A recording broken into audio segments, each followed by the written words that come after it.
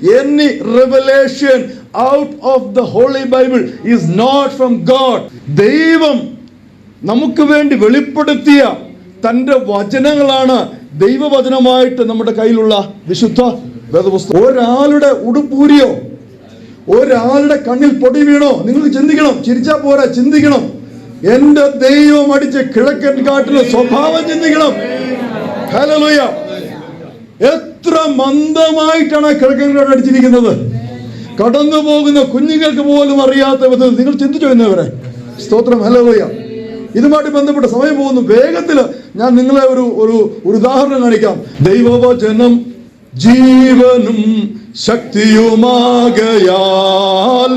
ദൈവവചനം ജീവനും ശക്തിയുമാകയാൽ.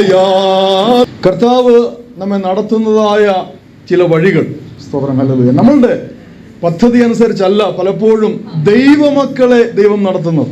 പക്ഷേ ചില സന്ദർഭങ്ങൾ നമ്മുടെ ജീവിതത്തിൽ ഉണ്ടാകും. അടുത്ത ചുവട് എങ്ങോട്ട് എടുത്തു വെക്കണം നമുക്കറിയില്ല. അപ്പോൾ അങ്ങനെയുള്ള ഒരു സന്ദർഭം നമ്മുടെ ജീവിതത്തിൽ വരുമ്പോൾ നാം പതറിപ്പോവും.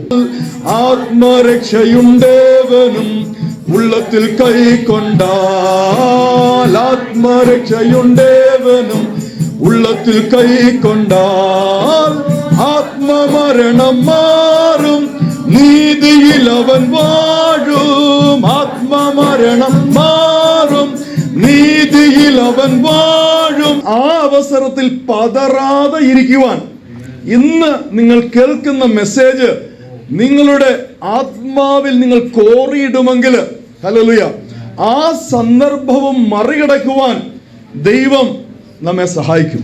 കേൾക്കുക നാം, കാക്കുക നാം ജീവന്റെ വാക്യങ്ങൾ. ഓ കേൾക്കുക നാം. ദൈവത്തിന്റെ വചനം എന്ന് പറയുന്നത് ജീവനും ചൈതന്യവും ഉള്ളതാണ്. സ്തോത്രം. ഹല്ലേലൂയ. അത് നമ്മെ ബലപ്പെടുത്തുന്നതാണ് ദൈവത്തിന്റെ വചനം. എന്താണ് ദൈവത്തിന്റെ വചനം? കുഞ്ഞുങ്ങൾക്ക് അറിയാമോ? കുഞ്ഞുങ്ങളെ, യൗവനക്കാരെ, നിങ്ങൾ ഇന്ന് ജീവിക്കുന്നതായി, പ്രത്യേകിച്ച് ഇപ്പൊ ബാംഗ്ലൂർ സിറ്റിയിൽ ഇന്ന് ജീവിക്കുന്നതായ ഈ കാലഘട്ടം നമ്മെ വഴിതെറ്റിക്കുന്ന ഒരു കാലഘട്ടമാണ്. ഏതിലുള്ള വഴിതെറ്റിക്കും? ദൈവ വചനത്തിന് വെളിപ്പാട് ലഭിച്ചവർ എന്ന് പറയുന്ന ചിലർ നിങ്ങളെ തെറ്റിക്കും. ഓ യേശുവിൻ തിരുപാദത്തിൽ ഇരുന്നു കേൾക്കാം നാം, തന്റെ വിശുദ്ധ വാക്യത്തിൽ നമ്മുടെ ജീവനാം. യേശുവിൻ തിരുപാദത്തിൽ ഇരുന്നു കേൾക്കാം നാം, തന്റെ വിശുദ്ധ വാക്യത്തിൽ നമ്മുടെ ജീവനാം. യേശുവിൻ സുവിശേഷം ദിവ്യമാം ഉപദേശം, യേശുവിൻ സുവിശേഷം ദിവ്യമാം ഉപദേശം. കേൾക്കുക നാം, കാക്കുക നാം ജീവന്റെ വാക്യങ്ങൾ. ആമേൻ. കേൾക്കുക നാം ജീവന്റെ വാക്യങ്ങൾ. ആമേൻ. കേൾക്കുക നാം ജീവന്റെ വാക്യങ്ങൾ. നമ്മൾക്ക് അഭിമാനമുണ്ടാകണം ഇന്ത്യൻ പെന്തക്കോസ്റ്റൽ ചർച്ച് ഓഫ് ഗോഡിന്റെ ഒരു ഭാഗമാകാൻ. കാരണം എന്നറിയാമോ? നമുക്ക് ഉള്ളത് വിശുദ്ധമായ ഉപദേശമാണ്.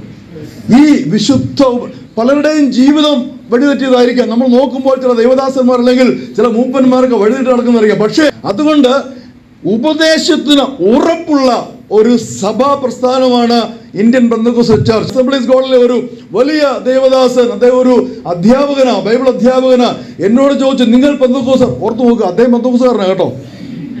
ഈ ചോദിക്കുന്ന ആൾ പെന്തക്കോസ്തുകാരനാണ്, ഒന്നാന്തരം പെന്തക്കോസ്തുകാരനാ. എന്നോട് ചോദിക്കുകയാണ്, നിങ്ങൾ പെന്തക്കോസ്തുകാർ ആരാധിക്കുന്ന 3 ദൈവങ്ങളെ അല്ലെന്ന്. വളരെ ധൈര്യത്തോടെ ഉത്തരം പറഞ്ഞു. ഫേസ്ബുക്കിലായിരുന്നു ഉത്തരം കൊടുത്തു.